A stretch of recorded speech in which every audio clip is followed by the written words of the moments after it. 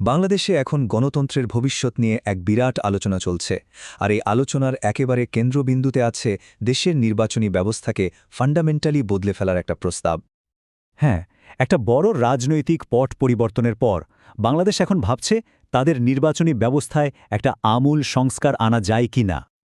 আচ্ছা, তাহলে চলুন এই বিতর্কের মূলে যে দুটো সিস্টেম রয়েছে সেগুলোকে একটু সহজ করে বুঝে নেওয়া যাক।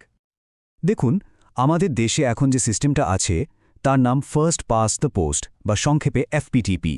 ভাবুন তো, এটা অনেকটা ৩০০টা আলাদা আলাদা দৌড় প্রতিযোগিতার মতো। প্রতিটি আসনে যে প্রার্থী বাকিদের চেয়ে মাত্র একটা ভোটও বেশি পান তিনি কিন্তু পুরো আসনটা জিতে নেন। আর এর বিপরীতে যে সিস্টেমটার কথা বলা হচ্ছে সেটা হলো আনুপাতিক প্রতিনিধিত্ব বা পিআর। এখানে ব্যাপারটা একদম অন্যরকম। ভোটাররা কোনো নির্দিষ্ট প্রার্থীকে নয়, বরং সরাসরি একটা রাজনৈতিক দলকে ভোট দেন। আর সারা দেশে একটা দল মোট ভোটের যত শতাংশ পায়, সংসদের ৩০০টা আসনের ঠিক তত শতাংশই তাদের ভাগে যায়। এখন এই টেবিলটা দেখলেই কিন্তু বিষয়টা একেবারে পরিষ্কার হয়ে যাবে। এখানে একটা কাল্পনিক উদাহরণ দেওয়া হয়েছে। দেখুন, লাল দল সারা দেশে ৪৫% ভোট পেয়েও এফপিটিপি সিস্টেমে সংসদের প্রায় ৭৩%, মানে ২২০টা আসন জিতে নিতে পারে। অন্যদিকে পিআর সিস্টেমে তারা কিন্তু ভোটের অংশ অনুযায়ী ঠিক ৪৫%, অর্থাৎ ১৩৫টা আসনই পেত। পিআর সিস্টেমের মূল উদ্দেশ্যই হল ভোটের এই এনর্মাস ফারাকটা দূর করা। তাহলে চলুন এবার একটু গভীরে গিয়ে দেখি কেন বেশ কিছু রাজনৈতিক দল, বিশেষ করে ছোট দলগুলো, এই পরিবর্তনের জন্য এত সোচ্চার হয়েছে।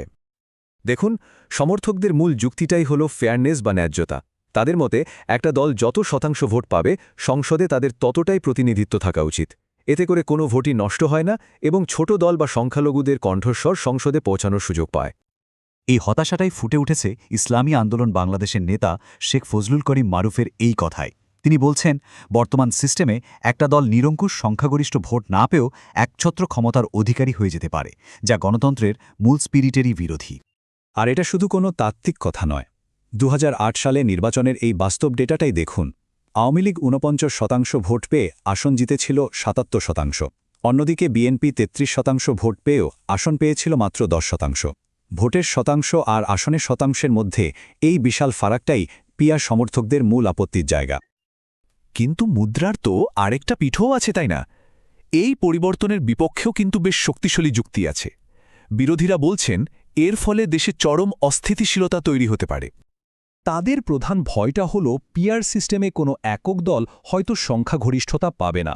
এর ফলে তৈরি হবে একটা খণ্ডিত সংসদ আর দুর্বল নড়বড়ে জোট সরকার, যার পরিণতি হতে পারে পলিসি প্যারালাইসিস, মানে দেশ পরিচালনায় স্থবিরতা। বিরোধীরা কিন্তু শুধু মুখের কথায় ভয় দেখাচ্ছেন না, তাদের হাতে আছে আন্তর্জাতিক উদাহরণ। যেমন ইতালির কথাই ধরুন। ১৯৪৬ সাল থেকে সেখানে এই পিআর সিস্টেমের অধীনে ৫৯ বার সরকার বদল হয়েছে, মানে সরকারের স্থায়িত্ব বলে প্রায় কিছুই ছিল না। আরেকটা উদাহরণ বেলজিয়াম।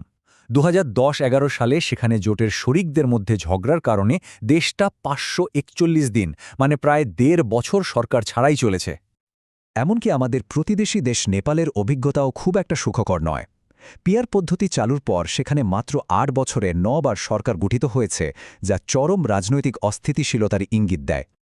এই গভীর আশঙ্কার কথাই উঠে এসেছে বিএনপির ভারপ্রাপ্ত চেয়ারম্যান তারেক রহমানের এই বক্তব্যে।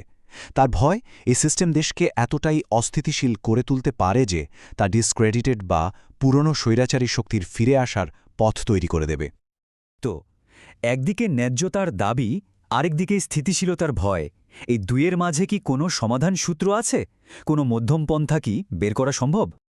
অনেক বিশ্লেষক কিন্তু বলছেন সাদা কালোয় না ভেবে একটা মিশ্র পথ বা হাইব্রিড মডেলের কথা ভাবা যেতে পারে। যেমন জার্মানির মতো কিছু আসন এফপিটিপিতে আর বাকিগুলো পিআর সিস্টেমে হতে পারে। অথবা সংসদে ঢুকতে হলে একটা ন্যূনতম ভোট ব্যাংক, যেমন ৫% ভোট পাওয়ার শর্ত জুড়ে দেওয়া যেতে পারে। শেষ পর্যন্ত এই পুরো বিতর্কটা আমাদের একটা আরও বড়, আরও গভীর প্রশ্নের দিকে ঠেলে দেয়। অনেকেই মনে করেন আসল সমস্যাটা হয়তো ভোট গণার পদ্ধতিতে নয়, আসল সমস্যাটা অন্য কোথাও। তাদের যুক্তি হল, খেলার নিয়ম যতই বদলানো হোক না কেন, খেলোয়াড়দের মানসিকতা যদি না বদলায় তাহলে খেলার ফল বদলাবে না। প্রথম আলোর কলমিস্ট শামসুল আলমের একটা কথা এখানে খুব গুরুত্বপূর্ণ। তিনি বলছেন সংকটটা সিস্টেমের নয়, সংকটটা আসলে আমাদের রাজনৈতিক সংস্কৃতির, অর্থাৎ পারস্পরিক শ্রদ্ধা, সহনশীলতা আর ছাড় দেওয়ার মানসিকতা ছাড়া কোনো সিস্টেমই ঠিকভাবে কাজ করতে পারে না। তাহলে শেষ প্রশ্নটা এটাই দাঁড়ায়, বাংলাদেশ কি একটা রাজনৈতিক সংস্কৃতির সমস্যাকে একটা যান্ত্রিক বা পদ্ধতিগত সমাধান দিয়ে সারানোর চেষ্টা করছে?